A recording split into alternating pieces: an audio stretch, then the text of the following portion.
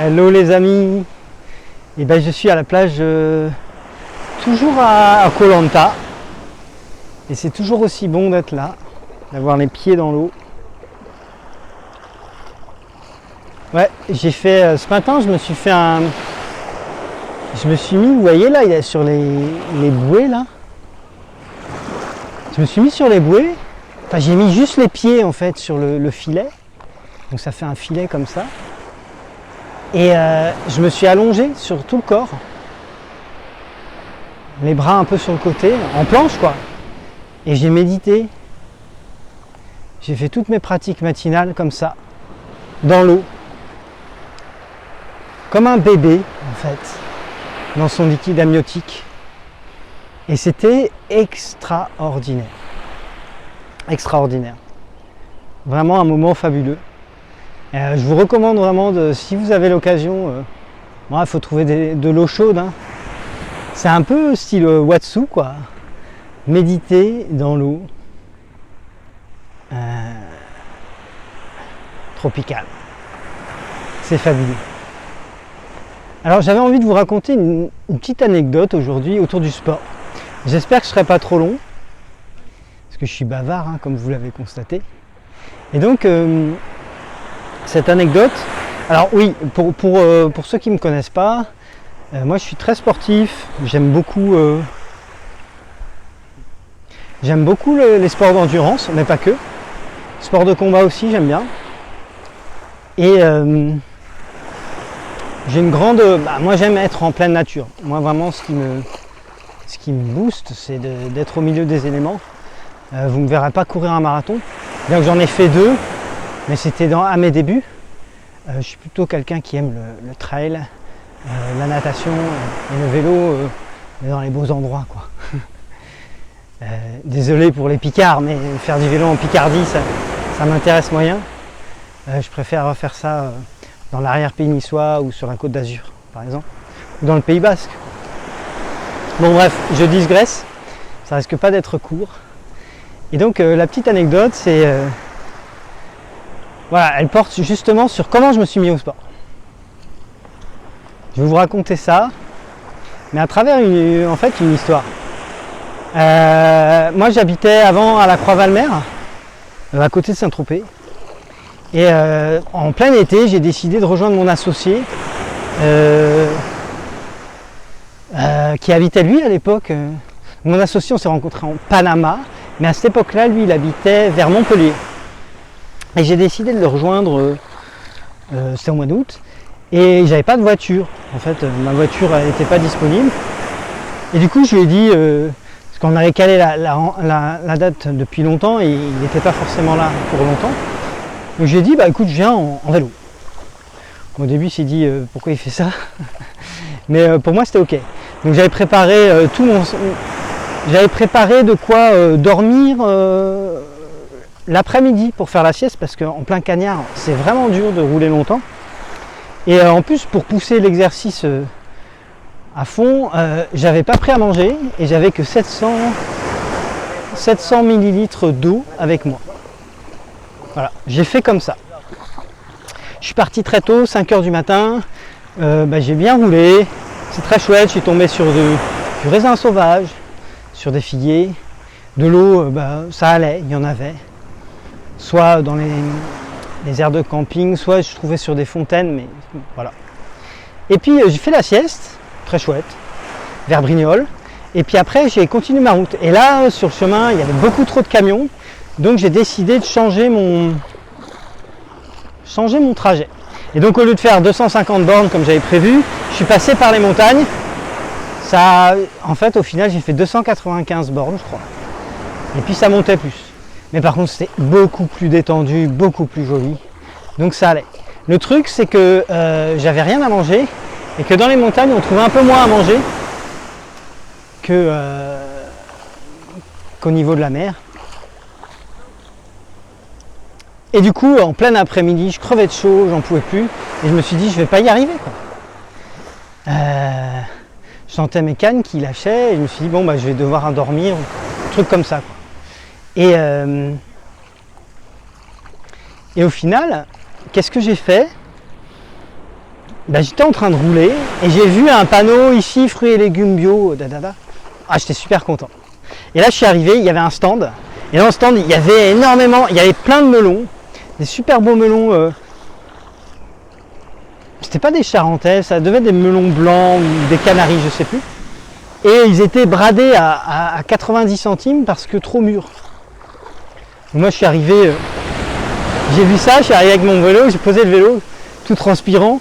J'ai pris 2 melons et je les ai posés sur le comptoir. Et là, il y avait 2 charmantes dames et le fils d'une des 2 qui m'ont regardé arriver. Je disais rien.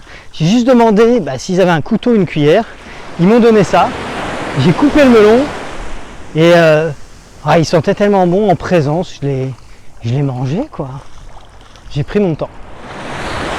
Et le premier melon, je l'ai mangé tout cru. Voilà, en entier.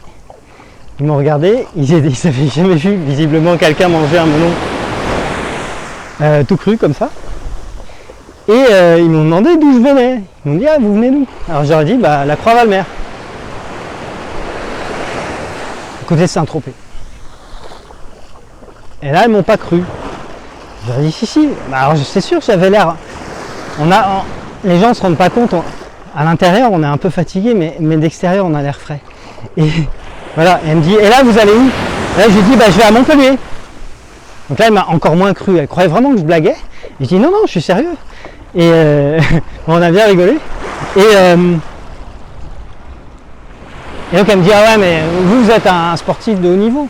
Je fais beaucoup de sport, mais c'est pas mon sport, le vélo. Et je lui ai dit, à vrai dire, c'est la première fois que je fais plus de 120 km. Elle me dit, parce qu'il y a combien de kilomètres en tout? Je lui ai dit, là je vais faire 290 à peu près. Voilà, là elle m'a pris pour un fou. C'était très drôle. Et je lui ai dit, non, moi je me suis... Et là je lui ai raconté mon histoire. En fait, j'ai pris le temps et j'ai senti qu'elle était réceptive. Et je lui ai dit, non, moi je suis coureur, mais j'ai pas toujours été comme ça.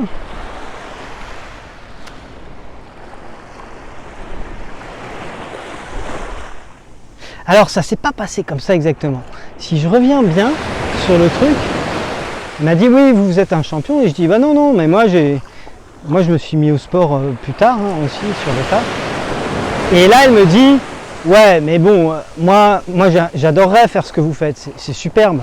Mais moi je peux pas, je fume. Et ça m'a interpellé en fait. Et là je me suis dit, je vais lui raconter mon histoire. Parce que, voilà, cet argument, il me parle beaucoup. Alors comment, donc je lui ai raconté, j'ai dit, détrompez-vous, moi j'étais pas sportif. En fait je suis musicien à la base. Je sais pas si je lui dis ça, mais... Je lui ai dit, voilà, je fais... Avant, je travaillais beaucoup, je faisais de la musique et non, j'avais une vie assez dissolue. Enfin, dissolue. J'étais fumeur, en fait. Comme vous. Et j'avais décidé d'arrêter de fumer en discutant avec un ami qui m'a dit, mais un truc tout con, et c'est vrai, hein. Il m'a dit, mais tu sais, t'es un drogué, admets-le, et remplace cette drogue par une autre drogue plus saine. Parce que lui, il courait tout le temps. Je le voyais tout le temps courir. Et je me disais, moi, à l'époque, je voyais des gars courir en plein soleil ou faire du vélo, justement dans le Var. Je me disais, mais ils sont tarés, quoi. Faire du vélo au mois d'août alors qu'il fait 40 degrés. Je me disais, ils sont pas bien, ils ont un problème. Mais je connaissais pas la physiologie. Et surtout, je me disais, quel intérêt. Moi, je me disais, courir, ok, derrière un ballon, mais courir juste pour courir, je vois pas l'intérêt. Bref, je me suis mis... j'ai quand même écouté et il m'a dit, voilà, moi je fumais 2 paquets par jour. Le jour où je me suis mis au sport, à courir, j'ai arrêté de fumer. Parce que j'ai remplacé une drogue par une autre. Et je me suis dit, ça me parle ça. Moi j'avais déjà arrêté plusieurs fois et à chaque fois je reprenais. Et cet ami, Jean-Luc, il courait très très bien. Et je voyais que ça lui faisait plaisir. Moi je me disais, il est un peu fou. Mais voilà. Et donc, je me suis arrêté de fumer.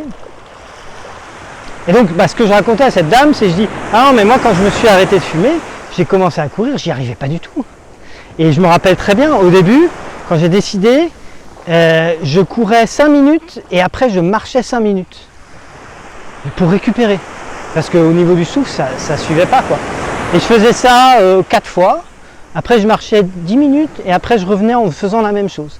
Et puis progressivement en fait j'ai augmenté les temps où je courais et j'ai diminué les temps de récupération. Enfin j'en ai mis de moins en moins. Jusqu'à arriver à faire, je crois, courir 25 minutes, marcher 5 minutes, recourir 25 minutes. Et donc en fait je courais 50 minutes. Et là, j'étais heureux. Et donc je raconte tout ça. Et j'ai dit après j'ai réussi à courir d'une traite 50 minutes. Et puis j'ai commencé à faire 10 km, à m'inscrire à des compétitions, etc. Et c'est ce que j'ai fait en fait. C'est ce que j'ai fait tout simplement. Progressivement, j'ai incorporé de plus en plus de distance. Et ouais, c'était facile d'arrêter de fumer. Alors je courais 3 fois par semaine. Et par contre, ouais, fallait pas me dire non mais là en fait tu peux pas courir, tu vois. Quand j'avais décidé de courir, si j'avais pas mon truc, et c'est là oui que j'ai compris que j'avais remplacé une drogue par une autre. Avant je fonctionnais à shooter à la dopamine qu'on trouve dans les cigarettes. Et là j'étais shooté aux endorphines qui se développent quand on fait de la course à pied quoi.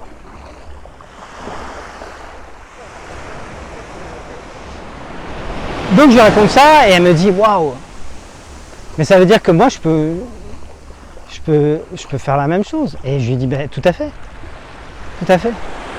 Et là en fait comme ça venait de moi qui venait de faire des tonnes de kilomètres pour arriver là, et elle voyait dans quel état j'étais, et elle a fait un sourire, mais je me rappellerai toujours, hein, un sourire radieux. Elle a fait oh ouais, je vais m'y mettre. Ah ben là, merci vraiment pour votre témoignage, ça me donne vraiment envie. Ah je vais me lancer là. Et j'étais super content. Du coup,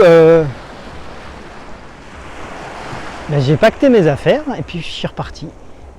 Et le cœur gros, quoi, le cœur très heureux de ce que je venais de vivre, de ce partage que j'avais fait. Et je crois que c'est ça qui est beau dans la vie. C'est des rencontres qui nous permettent de partager nos expériences, de nous dépasser et puis de se nourrir mutuellement.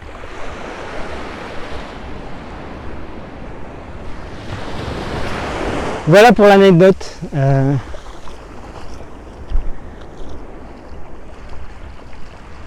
Si vous avez envie si ça vous a plu en fait ce que je vous ai raconté, mettez-moi un like.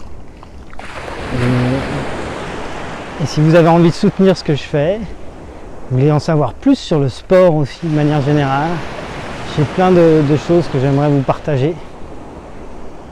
Dites-le moi dans les commentaires. Et